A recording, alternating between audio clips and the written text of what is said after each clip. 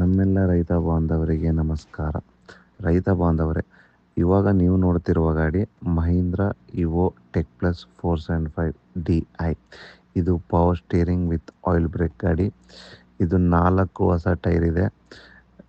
ನಿಮಗೆ ಗಾಡಿ ಬೇಕಾದಲ್ಲಿ ಶಾಮ್ನೂರು ದಾವಣಗೆರೆ ಲೊಕೇಶನಲ್ಲಿ ನೋಡಲು ಸಿಗ್ತದೆ. ಸಂಪರ್ಕಿಸಿ ಬೇಕಾದಲ್ಲಿ 9113062625.